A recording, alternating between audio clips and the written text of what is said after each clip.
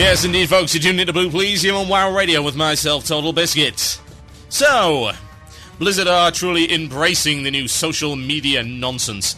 I haven't seen their Facebook group yet, or their MySpace, where Samwise and Metzen take photos from a slight angle above their heads to make them look less fat than they really are. Perhaps they'll take off their shirts and model for us. Please don't. Ever, ever, ever do something like that. They have embraced Twitter, which is suitable considering. Yes, it really is. Twitter is full of nonsense. So, what better place for Blizzard to talk absolute nonsense than Twitter? It's ideal. They've come up with... man, really. They tweet the most irrelevant stuff these days. They really do. They currently have 34,000 followers, which is not really that impressive. I think they need to work on that. Perhaps they need to release some kind of catchy rap song by the name of Soldier Boy Up in Des Ho or some other nonsense. Now, some of the things that they say on there are very ridiculous. Like, for instance, Daily WoW topic. What's your favourite Hallow's End item? Sinister Squashling? Headless Horseman mount? Masks? My favourite Hallow's End item is the one that allows me not to see those stupid tweets. It's called unsubscribe or unfollow from #Warcraft. Oh, man. It's like they took the inanity of WoW General and condensed it down into 140 characters or less, and then got everyone else to parrot it. Oh, why would you do such a thing? But they did use it for something vaguely useful. Except for the fact that, when you think about it, it is absolutely and utterly pointless, and could have been done in many, many better mediums than this. They decided to do a developer chat via Twitter. So for 2 hours, we got spam, spam, spam, spam, egg spam, and spam. I could not read anyone else's tweets. Not that I really wanted to or cared, but that's not the point. I should have the choice, damn it. What a nonsense. Really. They also have a French one now, which is interesting. So, you too can be excited by, instead of, what is it, WoW Daily, they've got WoW Debate. Quel objet de la session préférez-vous? Les masques, les montées de cavalier, les sprotchelin. What sprotchelin? Really? Les bonbons.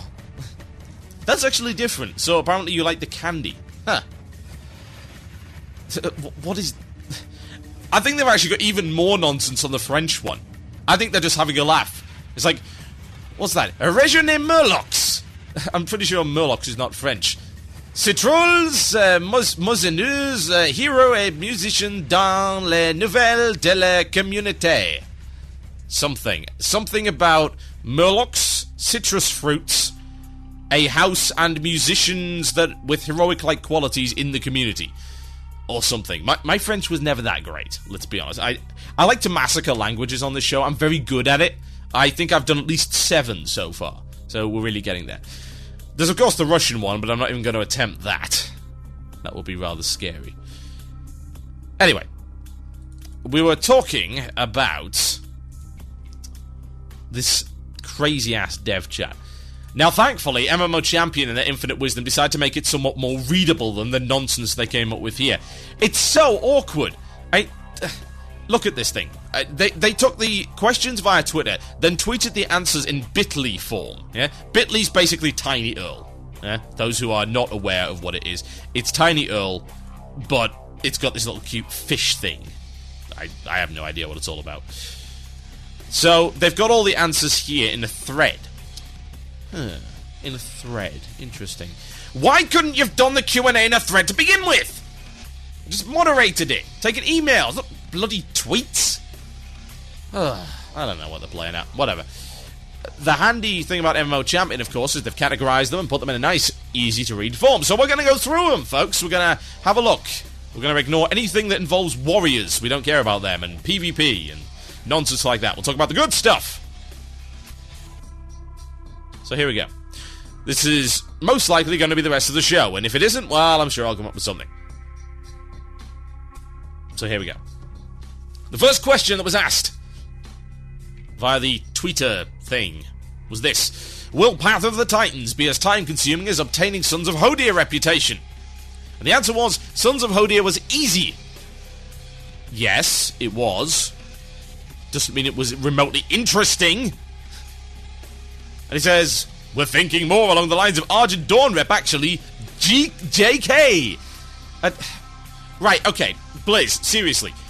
You don't have a restriction when you're posting on the forum. You don't have to do Twitter-style answers to Twitter questions because you're not on Twitter. So we don't need JK, la la la la la, die. As a matter of fact, we don't want the Path of the Titans to feel grindy at all. So we're trying to make sure that each step along the way feels more like a great quest or a key achievement, like killing all the bosses in a new raid zone. Right, can we not have it be a key achievement, instead actually be a great quest? That would be cool. See, achievements aren't really as good as quests, because merit badges aren't as exciting as loot. And if you're not going to tie in storylines and multiple tiered stuff, like, what the hell's the storyline behind any of the other achievements? What's the storyline behind fall 65 feet without dying? Yes, I can see it now on But Wait, There's Lore, the brand new season, which is starting tomorrow. Yeah, I know exactly how it's going to go. It's like, yes, the Goblin Skydiving and Base Jumping Commission decided to put forward a grand prize in order to find which of you could survive horrible falls which would most likely kill you and splatter you all over the pavement in front of your friends and family. So in order to embark on this great quest, you must do the fall 65 feet without dying achievement, and then you will be hailed as a hero amongst the mighty lands of Azeroth. And you will defeat the Lich King via sheer embarrassment, because he's not quite the base jumper that you are. Yes, emasculation, folks. Emasculate that Lich King with your jumping off of cliffs ability. It's powerful. I heard it's going to be in 3.3 as a new Shaman talent, which will, I suppose, make them more useful than they currently are right now. So, they want it to feel like it's more orientated around accomplishing something that feels important rather than grinding. Yeah, it's called questing! You didn't need achievements to make accomplishments or actual achievements feel like you've achieved or accomplished something. All you needed was a great quest with good rewards at the end of it. That's it! You're the guys who pioneered this, remember? Back in the day? I remember that. I remember all the initial reviews and how excited people were. Like, you feel like you've achieved something every time you've done these quests, even though there's basically 5 types and they're repeated over and over and over again. And some of them are mind-numbingly boring. So, the possibility, of course, is that you could repeat that. Maybe. Possibly. Something that maybe might have crossed your mind. Please don't make it like achievements. Please. Let's have text, let's have voice acting, let's have stuff going on, scripted events, big quest line, preferably with multiple people in places. That would be nice. Next question. It's a dumb lore question. What's Deathwing's current relationship with the old gods? Answer: in Facebook terms, I listed as it's complicated. Single or married are probably too extreme in this case. That's the kind of thing I would expect on Ancient of Trash with Slanik years and years ago. A lot of you probably don't even remember that. He occasionally would do a lore segment that was utter nonsense. Yeah, that's it, right there. That's Blizzard right there doing the same thing 3 years on. Oh, why? Let's move on, shall we? Will there be Wintergrasp-like capturable zones in Cataclysm? Yes, there will be an island off the coast of the Eastern Kingdoms named Tol Barad. Great, we're fighting over an island that's not in the middle of anything. That sounds strategically significant. Players will fight for control of the island and its famous prison. However, while the battle for Tol Barad is not in progress, players will find that it will remind them much more of the Isle of Quel'Thanas, in that it'll be a major daily quest hub with quite a random world PvP. Presumably. Presumably. No, there won't. There won't be any world PvP there. There won't be any point. Don't you get it? That's the whole point. This is why World PvP died in the first place. It was supplanted by something that actually gave you a reward to begin with.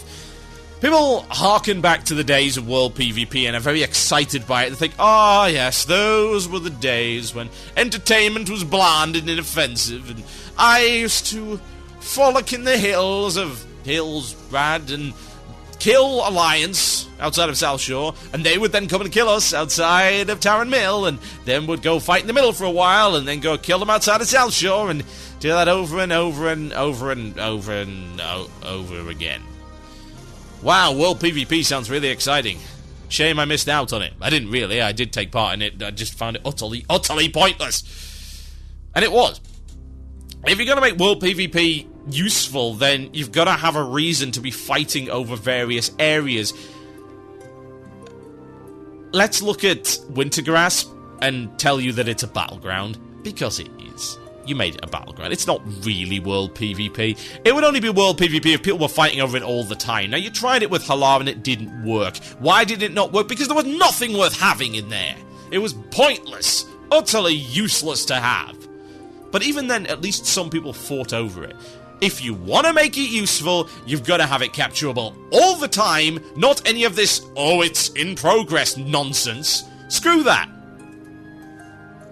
Absolutely, just screw it. Screw the idea of having balanced fights. You might not get it. It's as simple as that. That's okay. If it's only a minor part of the world, where yes, there are rewards that are optional but desirable, then you'll get decent fights. Don't restrict players in the way that they enter these zones. That ceases to be World PvP when you do that. It's like Wintergrasp is now a battleground because it's got limited numbers in there, and you enter via a portal and a queue and all that nonsense. You don't just wander in there and fight. It's not even on the way to anything. It's isolated. It serves no strategic or practical purpose.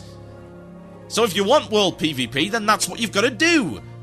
Look at what they did in Warhammer Online. Look at the Keep Sieging. Look at how that works. And take stock of that. That's the best idea. Don't restrict people in when, where, how, and why they can attack this area. Just let them do it. That's how World PvP starts. It's spontaneous. All you need to do to make people do it is to give them good rewards for it. It's really that easy. Nothing complicated. Next question. Thousand Needles is getting a big change in levels. How has the Cataclysm affected it? As a result of the Cataclysm, Thousand Needles has been completely flooded with water. Yay. It's probably a hazard, let's be honest. I wouldn't go swimming in there. Question. With Cataclysm revisiting the old world, any plans to make the old reputations worthwhile again? Answer. With each expansion, we introduce new reputations with new rewards. Sometimes, we introduce reputations that are obviously related, such as Argent Dawn / Argent Crusade, Cenarian Circle, Cenarian Expedition. We don't update the rewards for existing reps, as we don't want to put new characters at a significant disadvantage. Wait, what? Hang on. A significant disadvantage? How? Exactly. How is that a disadvantage in any way? That is a nonsense answer. I can't think of any other explanation for it. It's garbage. You want to talk about rep rewards? Go have a look at the blinking rep rewards in Alterac Valley and in Arathi Basin and Warsong Gulch. Look at how stupid they are. There's some rep that needs to be updated because that's content that's actually still done. I understand not updating reps for stuff that isn't done anymore. It's a waste of time. That's fine. But last I checked, people were still doing those things, and getting that reputation would be nice to have some stuff you can actually use. For God's sake, it's obvious that you've got things which will now scale with levels, so why don't you use that? I don't see what's so wrong with revisiting some of these old rep. They don't provide any tangible advantage in any respect. What are they going to give you that gives you such an amazing advantage where lower level players and new players are going to complain? Yeah, I can tell you what newer players and low level players are going to complain. Well, these other guys have got better gear than we do. That's unfair. Better change that. It's the same thing. It's the same principle. Guys who have been playing for longer generally have more stuff. What's so unfair about that? That's nonsense. That's the worst answer I've heard all week. My name's Tall Biscuit. You are listening to Blue Please. You're on WoW Radio. When we come back after the break, more tweets and twittering and nonsense. It's an Upgate News, folks. Enjoy.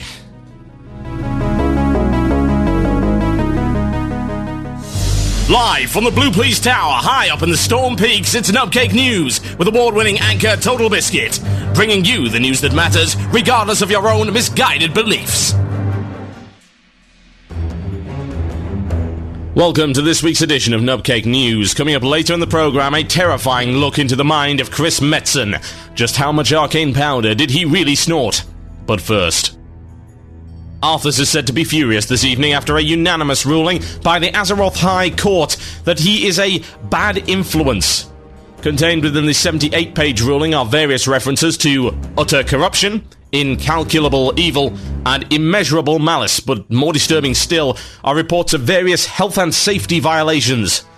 The Scourge are currently Azeroth's largest employer with over 100 million workers, yet also possesses the lowest turnover, with almost none of the workers having left the service of the Lich King. Analysts have attributed this to a generous benefits package and substantial performance bonuses, but upon further investigation, it turns out that the working environment may not be as idyllic as first believed. Since the launch of Wrath of the Lich King, the Scourge's main corporate headquarters have been strictly off-limits, with inspectors unable to enter from any possible avenue due to a surprising lack of doors. Attempts to contact the Lich King directly by phone have also failed, with calls being rerouted to Arthas' personal assistant Bolvar, who reported that Arthas was suffering from a case of the sniffles.